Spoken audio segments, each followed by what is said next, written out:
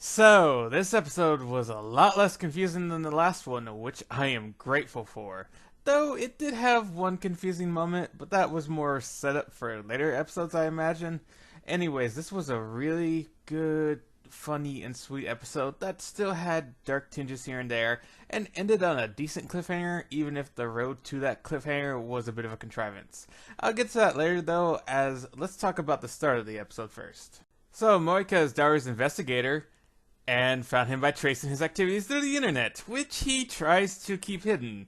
I really don't want to know what he was doing there. I wonder if she has some blackmail material on him, and that's going to come into play later, but if not, I really don't want to know what he was doing, and considering his taste and stuff, I really don't want to know. Anyways, Okabe's PTSD from seeing Mocha is something I'm honestly used to at this point. He does it every time he sees her. Of course, not so much later in the episode, but yeah, it's just par for the course between the two, but still a good way to show us how difficult it is to be in the same room as her for him. Though, she's not the same Mocha anymore, and he just kind of has to learn to live with that. Also, it's nice to see Suzuha noticing Okabe's distress and only prying enough to be aware of whether she should be on guard against Mocha, while letting him not have to talk about stuff he doesn't want to.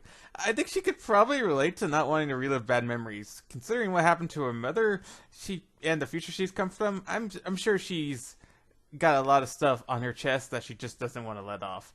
This opening scene was a good way to reintroduce Mocha, though her purpose is kind of gone by the end of the episode, so I don't really know where she'll fit in afterwards. She has a standing relationship with Maho, and they seem to have some connection based on the opening, but I really don't know where it's going to go. Also, I'm sure apes in America getting their brains removed have nothing to do with Amadeus. Nothing at all. That's totally not a warning sign of something to come later. Nothing at all. Kurisu AI is still adorable, as is Maho, even if she's really disorganized and kinda messy. She wears different shoes on each foot. It's really weird. I am really curious about the laptop she's trying to get into. I imagine it was Kurisu's, and I don't know what's on it, but that's definitely going to come into play later. The interaction between her and the professor was honestly really funny and really sweet. It makes me really hope the professor isn't a bad guy, even though he so is. He's a Russian involved with memory research who knew Kurisu, and Kurisu's father is in Russia. It's either him or the other lady introduced in this episode. It has to be one of the two, or it's a double bait and switch. I hope it's a bait and switch, because he was actually really charming in the scene, and wasn't creepy for once. Yeah, more of that, please, especially if he isn't the villain. I want more charming Russian professor trying to ship Maho and Okabe. That was really funny and really sweet. The next scene seems to dash my hopes for a charming Professor Leiskinen, though, as Monica actually contributes something positive to the group for once.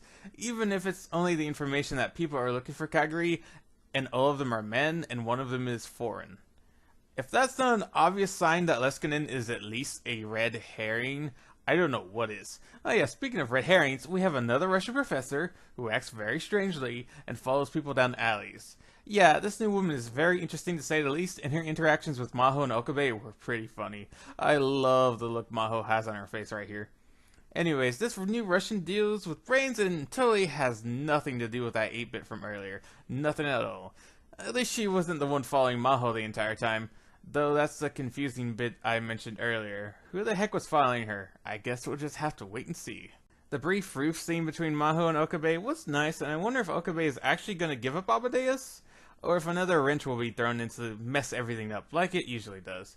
Miri and him also had some nice moments, and Okabe's realization that time is actually passing for the first time in a long time for him was kinda heartbreaking. This sets up the final scene of the episode with Ruka coming into the lab and bringing someone who looks a lot like Kurisu, matches the description of the girl Okabe is looking for, who can't remember who she is, and has an extremely aged Upa. And come on, Okabe!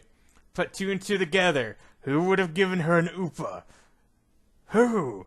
Anyways, it was nice to see Kaguri when she isn't trying to kill Suzuha for once, even if she's out by the end of the episode, so bye-bye, Kaguri.